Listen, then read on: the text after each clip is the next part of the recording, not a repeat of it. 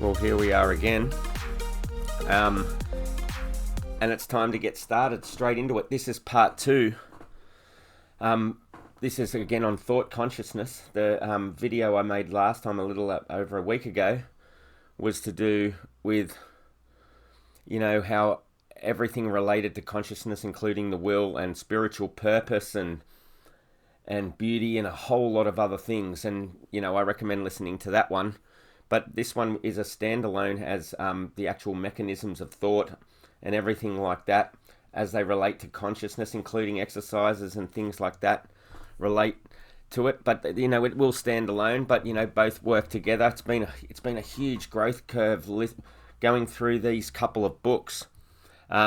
This one largely based on book by Annie Besant, and between this and the Troward one, it's really changed my whole idea of everything, and how it all fits in with pattern breaking and manifesting, and oh my goodness, it's been fantastic. So we'll get started straight away. And before I get into it,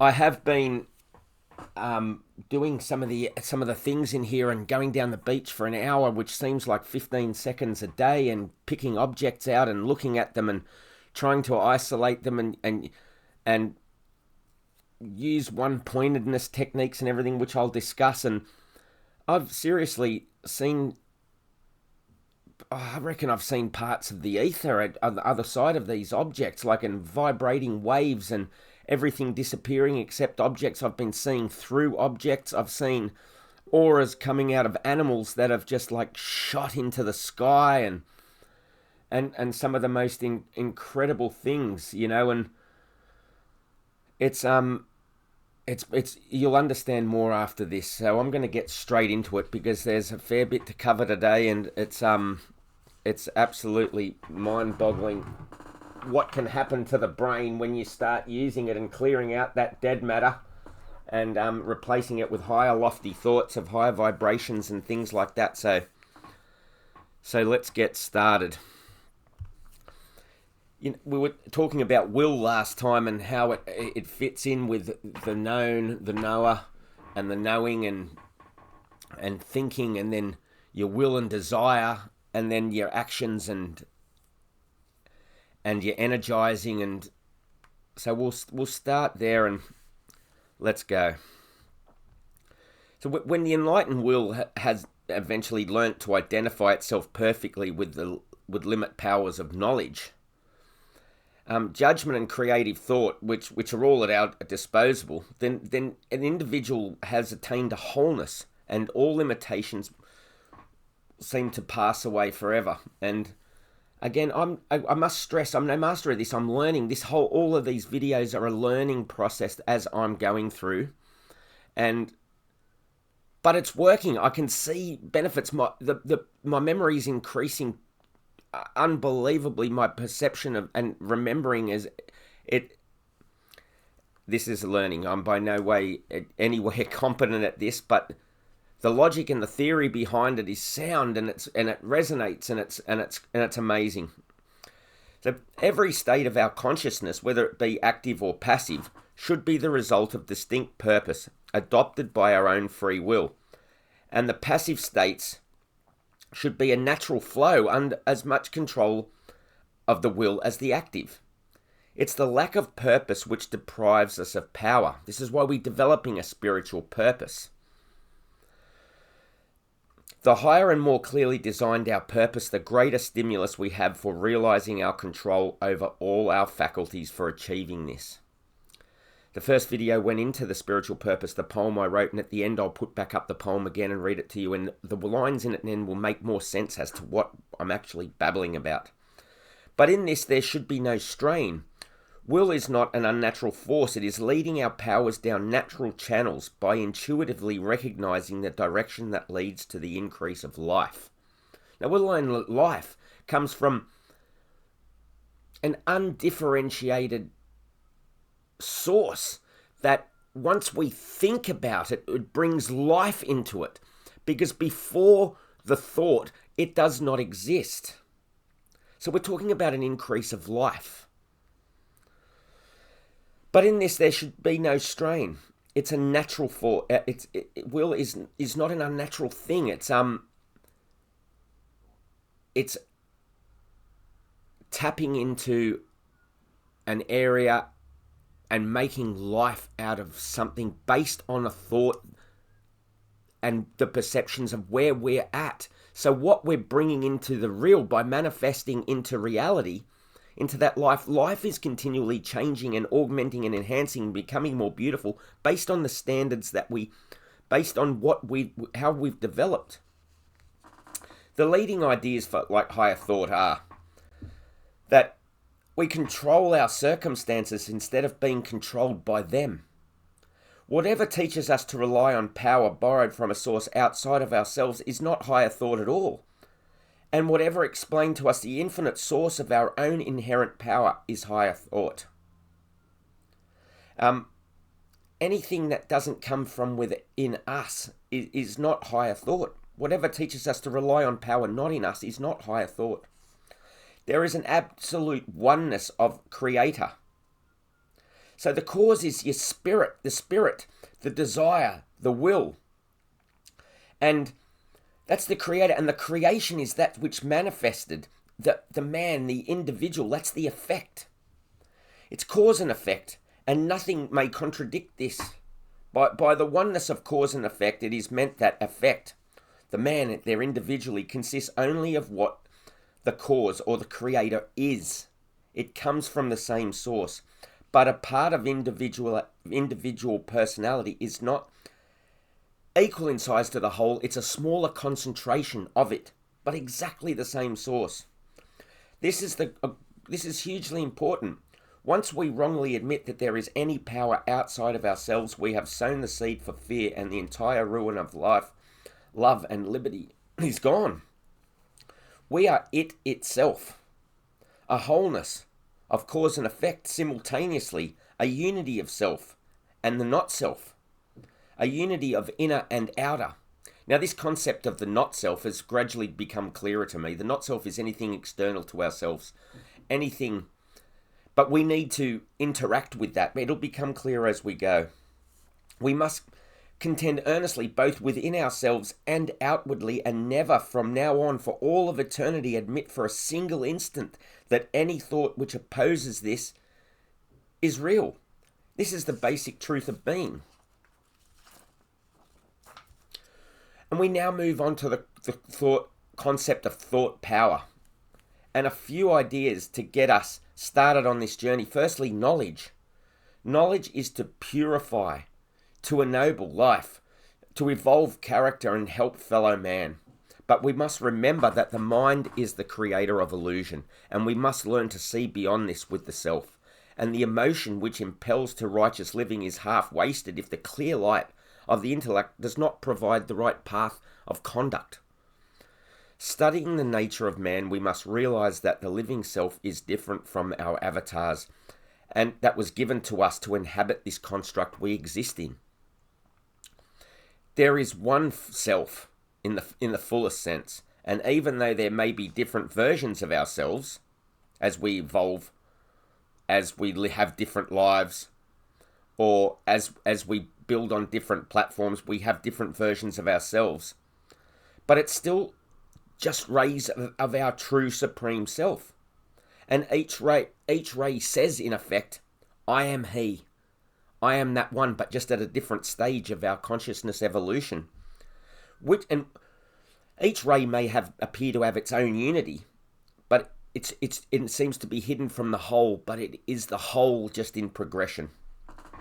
Eternal peace is when all this separateness is removed. But here we're dealing with knowledge, and lacking the essential qualities of knowledge provides separateness. And we've got to remove this ideology. Consciousness is a single unit. It's a whole. And the divisions we make from study, we make up for study alone, so we can isolate different parts of consciousness. And when it's broken out of a unity into separateness, it's due to illusions in our limitations. and our perceptive power of our lower levels, but really there's no division. Now, manifestation of the self proceeds from three things: the knowing and our thoughts, the willing and desires, and our energizing and actions. Number one, we'll call our knowing and our thoughts. Number two, we'll call our willing and desires. And number three, our energizing and our actions. Now, the connection between these are consciousness and sensations and reacting to objects, and our perception of a one unity, like the whole self is a one indivisible whole, and it manifests in these three ways. It manifests through knowing, it manifests through willing, and it manifests through energizing. The whole self knows and thinks, and the whole self wills and desires, and the whole self energizes and acts. And they're not separate. When we know and think, we will and desire, and we energize and act. When we will and desire, we act and know. And when we energize, we know and will. And so what it's saying is when we do one of these, the other two proceed. But if one dominates, it may hide the others, and we may lose that harmony. These arise and are manifested. These are not separate divisions, and the indivisible whole is manifested in three ways. So when the self is still, without action, we manifest knowledge. When the self is concentrated and intent on a change of something, well, the will is being manifested.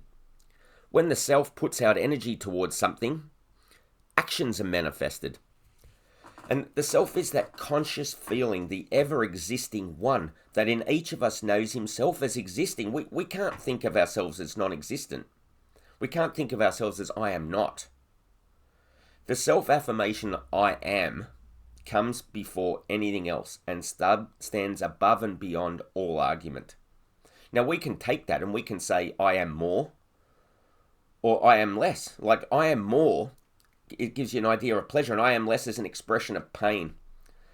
And this can be related to all life experiences, you know. I am expresses itself in three ways.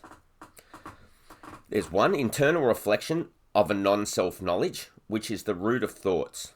So we think about something as we relate to something outside of ourselves, and that's where thought begins. We have internal concentration, which is the will, which is the root of all our desires, number two. And number three is the going forth of the external energy, which is the root of actions. That is, I know or I think, or I will and I desire, or I energize or act. These are the three affirmations of the individual self, of the I am. And that's the root of individuality. Everyone manifests these three things in different ways. All manifestations may be classified under one of these three. And the reason is all colours that we have, the infinite amount of colours, come from the three primaries. And it's the same as it's coming from the original source, from the will, energy, and knowledge. The self as willer, and the self as energizer, and the self as knower is the one in eternity, and is the root of our individuality. How we manifest is different from everyone else. Let's have a start having a look at the not self as known. So we have the known, which is the not self, the things external to us. We know about them. The knower is us. We're the ones who interpret and bring these into our consciousness. And understanding the connection is the knowing. So the self, whose nature is knowledge, finds within in himself many forms, and learns by experience that he cannot know and act and will in and through all of these. These forms we learn are not controllable to us in the form of which when he first becomes conscious, and which he mistakenly, but necessarily, learns to identify with himself. He knows, but does not think. We will, but show no desire. And we energize, but then there's no responsive movement. And as we become more conscious and our evolution continues, we're able to will and show desire towards it. We're able to know something and think, and we're able to energize and then move accordingly. The not self generalizes under one comprehensive term of anything that's separated from the self. So what is the not self? It's all that which I do not know and will and act. The not self is all in which I do not know, will and act, until we bring it into our consciousness. It's truly to understand this separateness and to appreciate that the not self and merge it with us in the all, with the self. We need a connection between what's external to us and what's internal to us. And this is the knowing. So the not self under broader terms can be our objective reality. It can be a known fact. It can be something that's external, not influenced by personal feeling. And something that causes a sensation. It's like the mother. The self is the subjective reality. It's the mind, the knows, the thinker, the internal, and based on personal feelings, which is like the father. And when the father and mother unite, the not self and the self unite, we have the child, which is thought. Knowing is the relation between the self and the not self. The not self affects the self, and the self affects the not self. There must be an interchange between the two. We must grasp the fact that knowing is a relation, a duality, that consciousness of the self and the recognition of a not self. So the known, the knower, and the knowing. The knower is us, the self. The known is the not self, and understanding the relationship is knowing. The mind is the subject which knows, and the object is that which is known, and the relationship between these is knowing. Now, the word manifestation, means to create something or turn something from an idea into a reality. In psychology, manifestation generally means using our thoughts, feelings, and beliefs to bring something into our physical reality. So at a point, there is a nothingness. And when we think, we manifest that and bring it into a physical reality. But even this definition of manifestation doesn't fully get what manifestation is. So, manifestation is a conscious creation of circumstances and outcomes that make for a fulfilling life. So we're getting into the nature of thought. So the nature of thought may be studied from two standpoints: from the side of consciousness, which is knowledge, or the side of that which knowledge is obtained. And, makes possible the attainment of knowledge. So we have thought from our consciousness, the knowledge, or from how knowledge is obtained, what makes it possible. The two extremes cannot be adopted separately because both are important in manifested life. We obtain thoughts from form, from matter, and the vehicles to transport them. And our consciousness involves life, spirit, and our conscious mind. But so if you're on one end of the scale, if you regard everything as consciousness, we ignore the essentiality of form, which conditions consciousness, that makes it possible. On the other side, everything is form, ignoring the fact that form can only exist if life gives soul to it. The life and form, the spirit and the matter, the consciousness and the vehicle are inseparable in manifestations, really. They work together. They're indivisible aspects of that, which is neither consciousness nor its medium of transition. It's that in between. It's the undifferentiated. It's the unknowable. It's mind-boggling for me to contemplate that we know things and bring things into our consciousness from the unknowable, the that. And that is split into consciousness and form. We have on consciousness we have root spirit, and on form side we have root matter, and the two interact together. Now the other side of the argument, besides pure consciousness, is the other side of is that everything is form, ignoring the fact that form can only exist if life gives soul to it. The life and form, the spirit and the matter, they're inseparable. That is the one reality, is the root of both. Consciousness and its vehicles, the life and form, the spirit and the matter, are temporary expressions of the two aspects of one unconditional existence, which is not known until we manifest it as root spirit. The root spirit is the unknowable, the undifferentiatedness. It's that all our individual selves form from the combination between root spirit, which is our consciousness, and root matter, which is all the forms. It's the intertwining between both. We're going to look at this quite in depth here. Thought, therefore, involves consciousness and the vehicles by which it's obtained, and together these form manifestations, the indivisible aspects of that, which is neither both, but is root of both, making existence which are not known until manifested as either root spirit or root matter. Whenever manifestations take place, the root spirit gives birth to a consciousness, and the root matter to the idea of the solids and the matter that we see before us. Beneath these is the one reality, the that, which is never identifiable, undefinable. It's not capable of being known by the conditioned consciousness.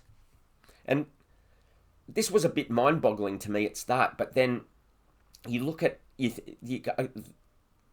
Annie Besant describes the analogy of a flower, and the flower never sees the root from which it grows, though its life is drawn from it, and without it, it cannot be. The following bit is you cannot be underestimated and needs careful analysis. Even if you have to go back and play and contemplate this bit again, the self as the knower has a function to mirror within itself, the not self. So we take in and process the not self. It's like a light sensitive plate in ourselves that receives rays of light reflected from objects that cause modifications on the plate so the images of the objects can be seen. So it is with the self acquiring knowledge from the external. So we acquire knowledge from the external, bring it into our internal. The vehicle is a sphere where the image is implanted, where the self receives the reflected rays,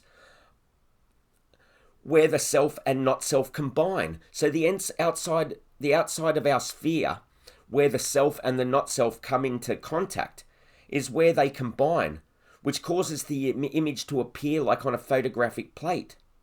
And the image appears on the surface of this sphere, and which are the reproductions of that which is not ourselves. We get images from the not self. The knower does not know these things themselves in earlier stages of consciousness. He only knows the images produced in this vehicle, the mind. So he gets the images and implants them on the mind from the not self, and on this sphere casing as photos of the external world. Therefore, the mind is the vehicle of the self as knower, and has been compared to like a mirror that reflects all things put before it. We do not know the things themselves, but only the reflection, only the effects that they have on our consciousness. So the mirror image and the imprint on our sphere between the self and the not self, between our inner selves and that without, is constantly changing based on our consciousness is changing. We receive not the objects themselves, but images of the objects that we find in the mind. So the mind, in its knowledge of the outer universe, only knows illusions of the image and not the things themselves. It's up to us to find the things themselves. These images are received as objects by the knower, and his perception reproduces them in himself or herself. So the matter of the mind is shaped into the likeness of things presented to it, and this likeness is reproduced by the knower. Then we need to develop how the mind is shaped, how we perceive things. So when we thus modify ourselves into the likeness of an object that's external to us from the not-self, we are said to then know that object, but we really only know the image produced by the object in this vehicle, not the object itself. And this image is not a perfect reproduction, which we'll see later. Question: will we ever know the things themselves? Yes, of course we will. When consciousness is evolved enough to develop the power to reproduce within itself all that exists outside of it, then the envelope of matter in which it has been working falls away, and the consciousness that is knowledge identifies itself with all the selves amongst which it has been evolving, and sees as the not-self only the matter connected alike with all selves separately. When consciousness knows itself and knows others in itself, then the self realizes that identity and memory are not lost of past levels of evolving consciousness, and the not-self is only matter connected by different versions of our evolving selves. But where separation finds its ending, and knower, knowing, and knowledge are one. That is, like, when we can learn to bypass the sphere where there's a fake image put on the implant between the self and the not-self, and our current self identifies with previously evolving selves and brings that into a oneness, a whole, and realizes and sees the not-self as only matter of the mind connected with earlier selves separately. Consciousness then knows itself now as others it was, and knows others as itself.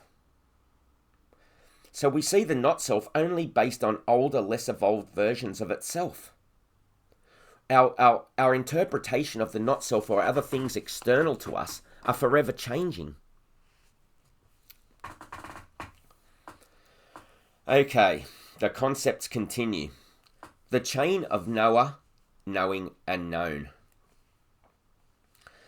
Just looking at this and how much in depth this is, I might even have to split this up into a 3-part series, so we're going to go for a lot longer yet, but I think I'm going to cut this into 3 parts right now. Made an executive decision. So let's talk about the chain of knower, knowing, and known. Let's think. Keep your wits about you here. Let's look at vibration. And let me just say, I've read these 2 texts that I'm talking about. I've made notes and summaries on them. I've condensed them. I've read these books 3 times. I've read through the notes and changed and altered my notes and wrote notes upon notes on the side notes of these 3, 4, 5 times. And I'm still getting my head around all these concepts. And it's just, every time I read one of these books, every time I read through my own notes, it's like reading another book. It's like reading the same book, but it's just a different version of it. It's a totally different story. To say that this was an easy task would be ridiculous. It is, but to say that it was boring would be just as ridiculous. It has been so enlightening and fascinating, but to think that you can just read and brush over these concepts is just ludicrous. Everything just changes and changes and changes, and I recommend between these last 2 videos, we really need to slow down and you need to slow down and have a look and really digest all the information in here. I'll go and see about it. Anyway, let's continue for now. So many thoughts going through my mind. Vibration. Motion is the root of all. And life, which is from root spirit taking from root spirit pre-thought into what's manifested is motion. Consciousness is motion. And that motion affecting matter is vibration, is motion. The one and the all are changeless, and either as motion or motionless. But in the oneness there is no relative motion, for there is only one. For only when there are separate parts does motion begin. When one becomes the many, motion arises, since when the omnipresent, which means presence everywhere simultaneously, appears as separate particles, infinite motion must represent this omnipresence itself. Or put a different way, omnipresence is a reflection of an image in matter. If omnipresent means being everywhere simultaneously, it's that reflection in matter. And the essence of matter is separateness, as that of where spirit is unity. And when both appear in the one, just like cream in milk, there exists a reflection of the omnipresence of the one in all matter that is continuous without an end, and this is infinite motion. So infinite motion is the one in everything continuously, omnipresence, yeah? On the other hand is absolute motion, the presence of every moving unit at every point of space, at every moment simultaneously. This is like being identical with rest, being only rest looked at from the standpoint of matter instead of that from spirit. So absolute motion is every moving part everywhere at any point in time. From the standpoint of spirit, there is always one, and from that of matter, there are always many. When the omnipresent is one, there is no motion. But when the omnipresent is separate particles, there is motion. So if we look at motionless first, where there's one, just oneness, a continuous oneness. There's no motion, no movement. There is only one. No separation. This is spirit. This is unity and infinite. On the other hand, you have motion. Motion of anything, where there's many things, from a source point, a center, and moves continuously forever. This is the omnipresent, the matter, the separate. But when you have both A and B, the motion and the motionless, and moving, the one and the many, spirit and matter, unity and separate, they appear together in the one. When you have the moving and the motionless, the one and the many, the spirit and the matter, the unity and the separate, when they appear together, this is the one.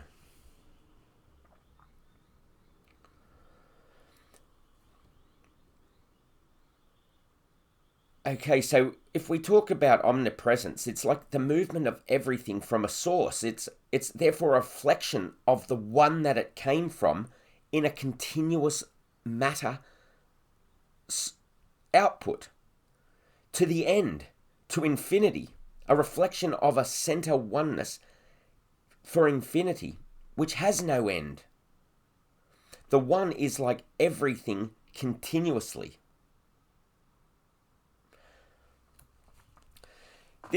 This would mean that possibly that not even vibrations exist in pure consciousness, which exists as the one where there's no movement but unity. Only when consciousness is separated into separate units called jivas does motion exist.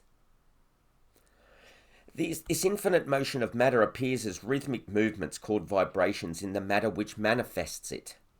And each jiva, or separate unit of consciousness, we have to remember that jiva is a separate unit of consciousness. So the infinite motion of matter appears as vibrations in the matter once manifested from the one, each jiva, when they're isolated by an enclosing wall of matter from all other jivas. So all our different aspects of consciousness are jivas, and these influence other jivas and other units of consciousness, but in their root essence are one consciousness. So each jiva, unit of consciousness, gets clothed in several layers or garments of matter. As these layers of matter vibrate, they communicate their vibrations to the matter surrounding them, and this matter becomes the medium carrying the vibrations outward, then communicating the impulse or initial vibration to other garments of other jivas, thus setting that jiva vibrating like the first.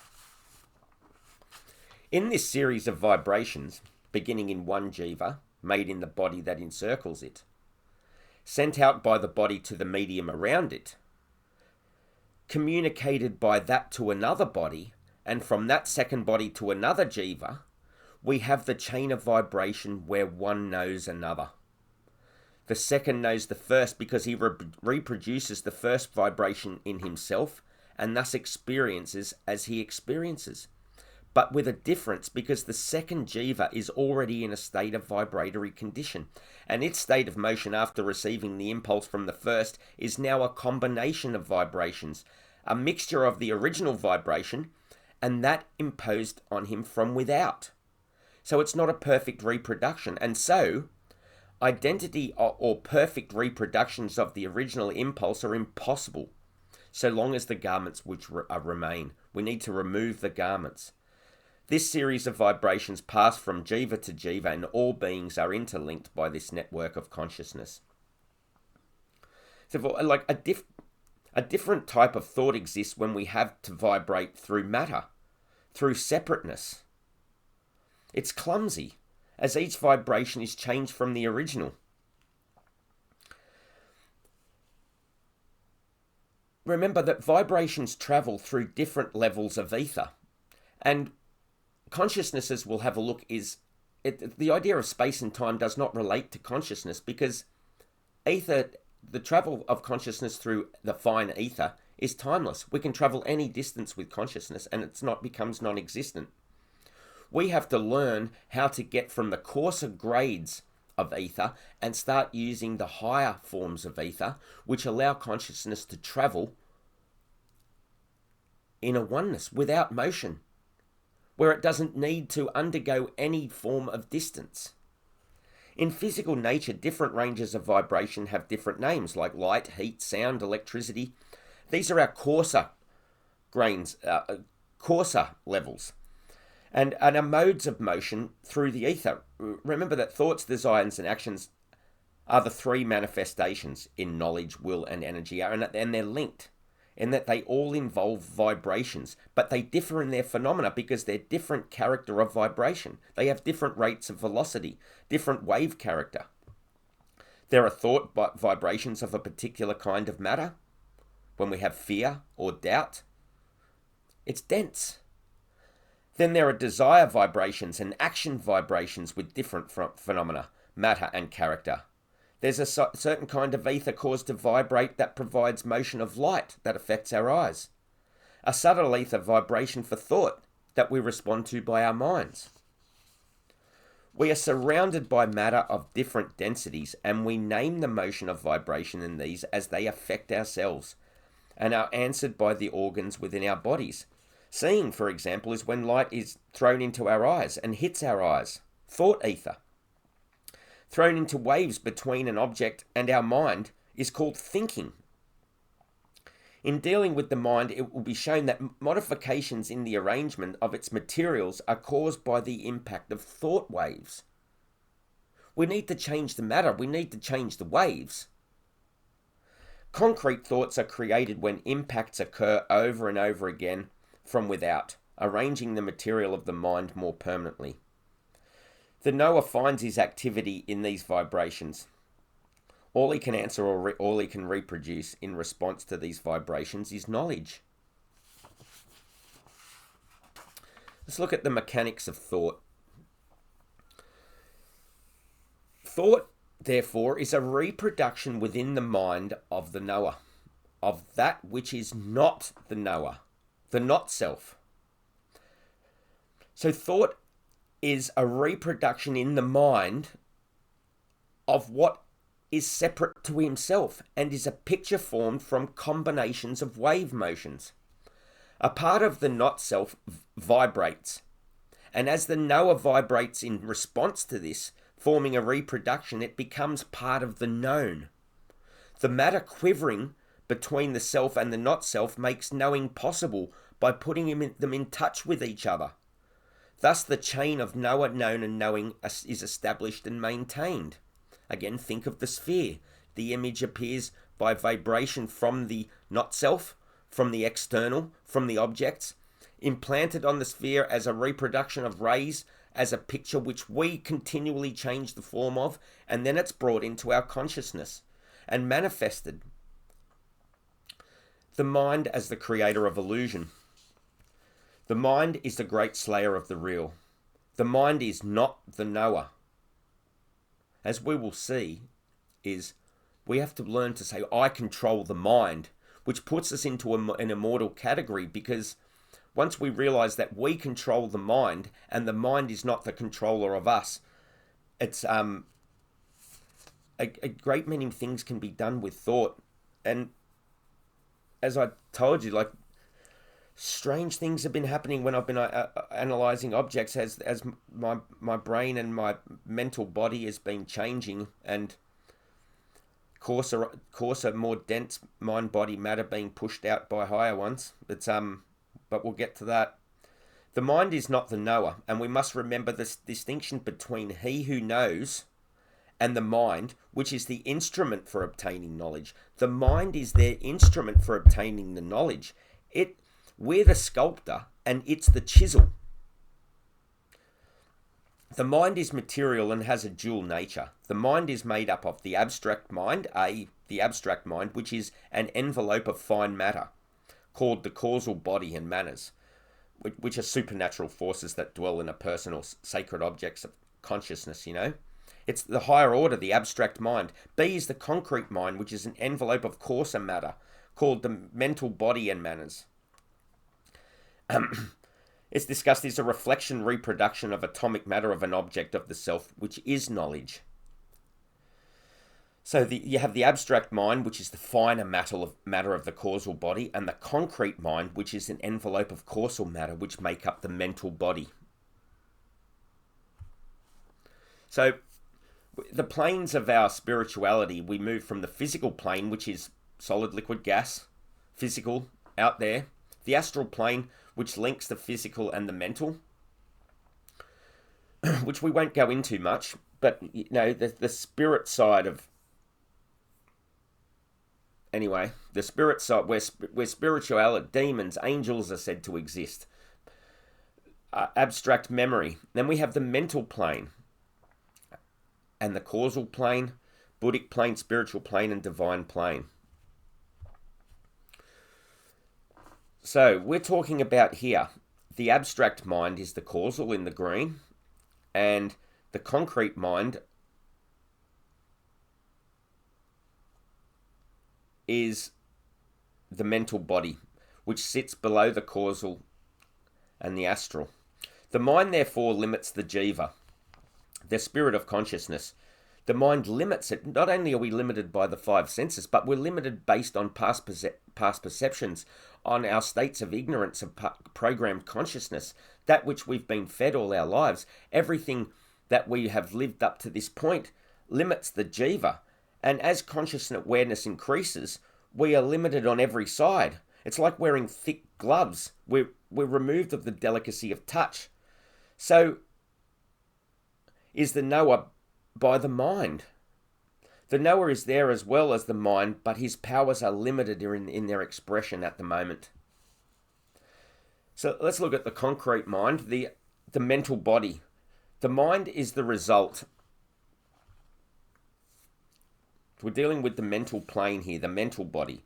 The mind is the result of past thinking, constantly being modified by present thinking, which has strengths and weaknesses as a result of activity in previous lives and our life to this point. It is how we have made it and cannot be forced to change too rapidly by too large an effort of the will. This is a gradual process. The mind is part of the not self, shaped by our previous using, and only thought it can we know. Only through the mind can we know. And being limited, it's a gradual process in changing it.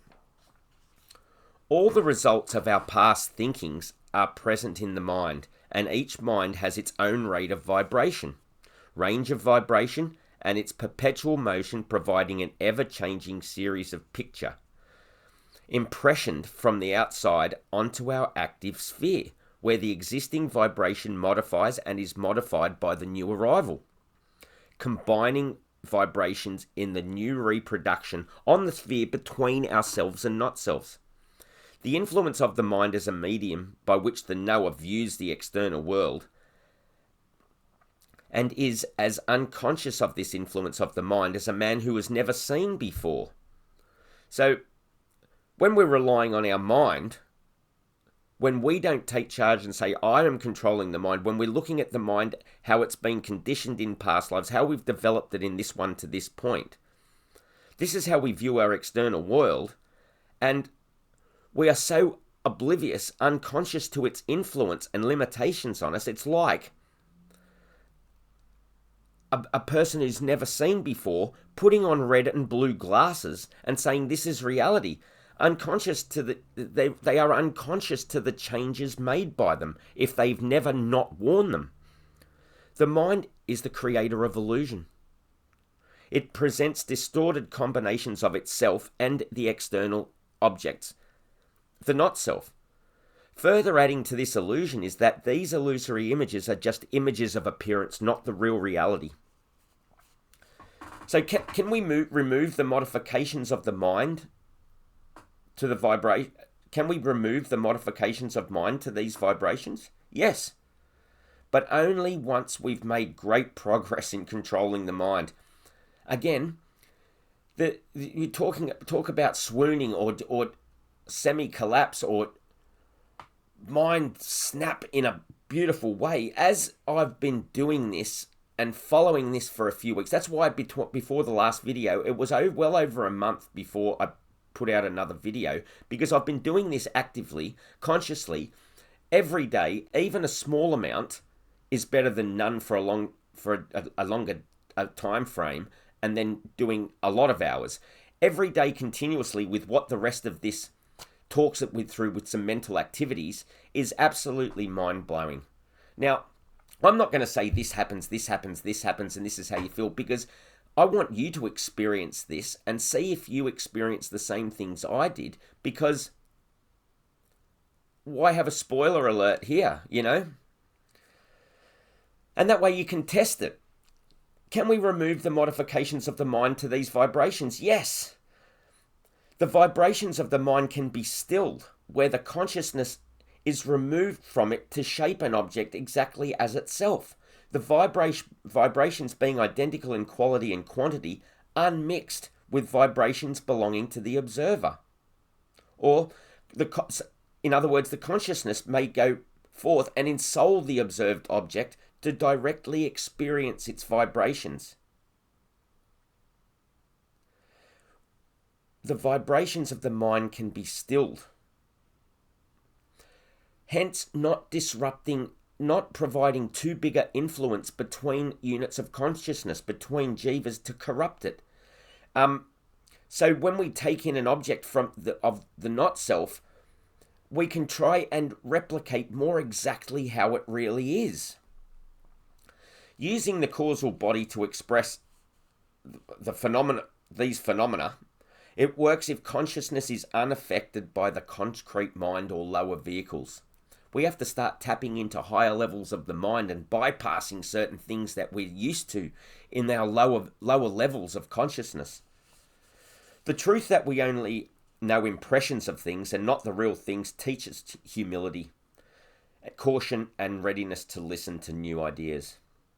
The scenario and the message of avoiding prejudging others, especially to pre-establish concepts in our mind, instead of thinking others as stupid, we should be thinking of things like, what am I lacking here that I cannot know this person or pick up on these vibrations exactly? What do I need to modify in myself? What am I missing? If we continually try to enlarge this perceptive capability, then we find a type of white light where all colours are present. So nothing will be distorted and nothing will be rejected. And we can answer to each type of vibration rather than be limited.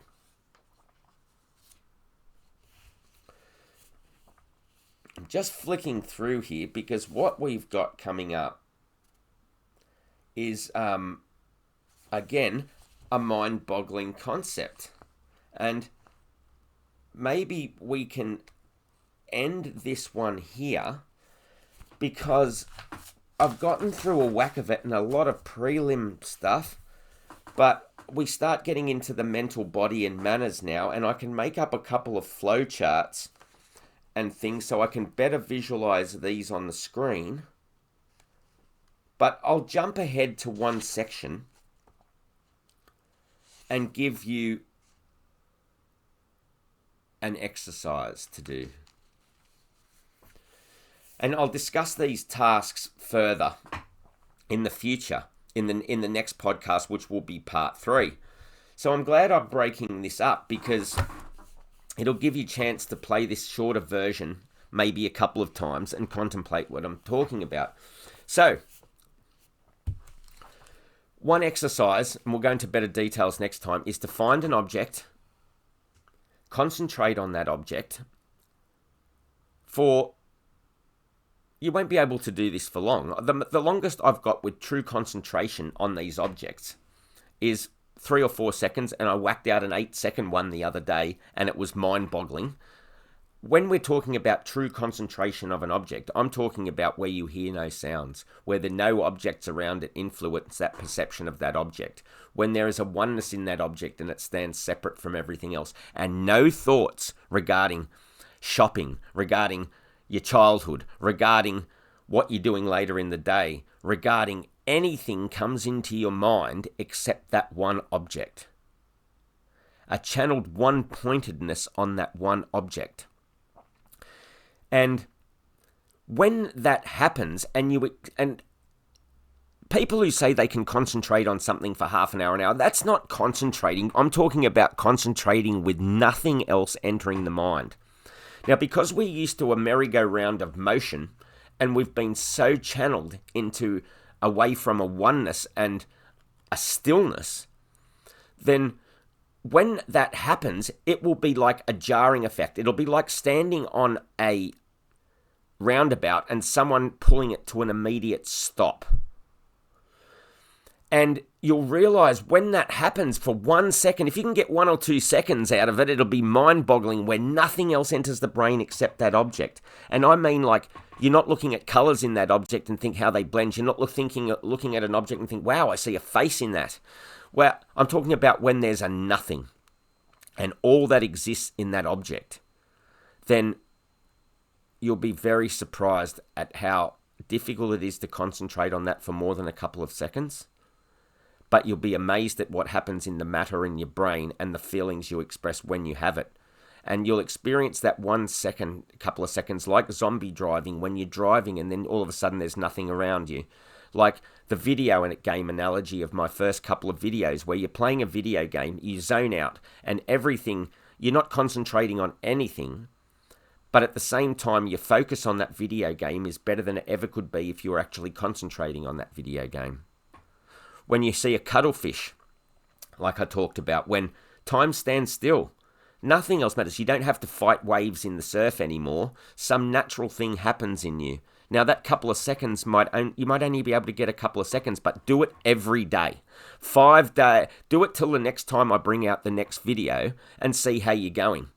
The next little activity that you can do in the process besides that, which that one's mind-boggling enough. Now, you should try and do this for like 15 minutes a day, which it seems like nothing, but that's huge. The mental strain is massive if you can do that for 15 minutes a day. The other one is, when replaying this video or reading a book by a competent author, read a line of it and then contemplate or a couple of lines of it or a concept of it, rather than reading for 10 minutes and then going away and thinking that was great. Or read a couple of lines of it and think about the concept for 15, 20 minutes or 5 minutes. Multiply what you're reading by double, where you're actually using higher thought to contemplate what you've been reading. And and try that. Go back and replay this video slowly, pick out a couple of lines and process it. And delve right into it. Trust me, there's so much in what this video contains. Another little exercise, and we'll get to this later as well. Now I'll leave the third one as a memory exercise, as a bit of a surprise, but there's lots of good stuff. Anyway, as a close here, cutting short, but I'm glad there's too much to process within. I don't know what I was ever thinking. As we relate now, I'm going to go back and just put my poem on the screen that I wrote about spiritual purpose, and hopefully after you've gone back to part 1, process that, part 2, and process this, then you can look at this poem again. It is so, so it will be. All the power is inside of me. Imagination, intuition, develop who I am. I draw from the infinite because I can. To manifest the world I want it to be. Expand into spirit and it concentrates in me. My purpose is the will to find, balance hands and actions with thought and mind. All answers are inward spirit. Then cause create, the outside man the effect to circumstance negate. My purpose embraces nature filled with empathy. I am free with beauty to share with thee. Spiritual liberty. Fearless to power is the creative force. A straight path to can is to endorse. No doubt or fear, just faith and trust. Be one with source and make robust. Tunnel the feeling to vibrate with knowing. The self-known and knower. Forever growing. I hope you've enjoyed this. I'll see you in a few days and see how you go. It's there's a lot to process, but good luck. I hope you're enjoying. I'm enjoying sharing my progress with this, and I really hope you're enjoying it as well. Share this video. Share my videos with other people, and subscribe if you haven't. I'm not after 1 million followers. I don't care what followers I get. I just hope the ones that follow and enjoying this are getting something out of it. It helps me get my mind processed, delivering it, and it helps me get my mind in order, trying to put it together. And I already know that one person has used one of my earlier videos and what was in it in a funeral regarding the fact that we're immortal beings and the whole concept of this life may being not as good as anything in the life that we're going to have after we die. When we go into the infinite realm, we'll play around in another construct that we can work out. But yeah, I hope you're enjoying it. I will see you soon.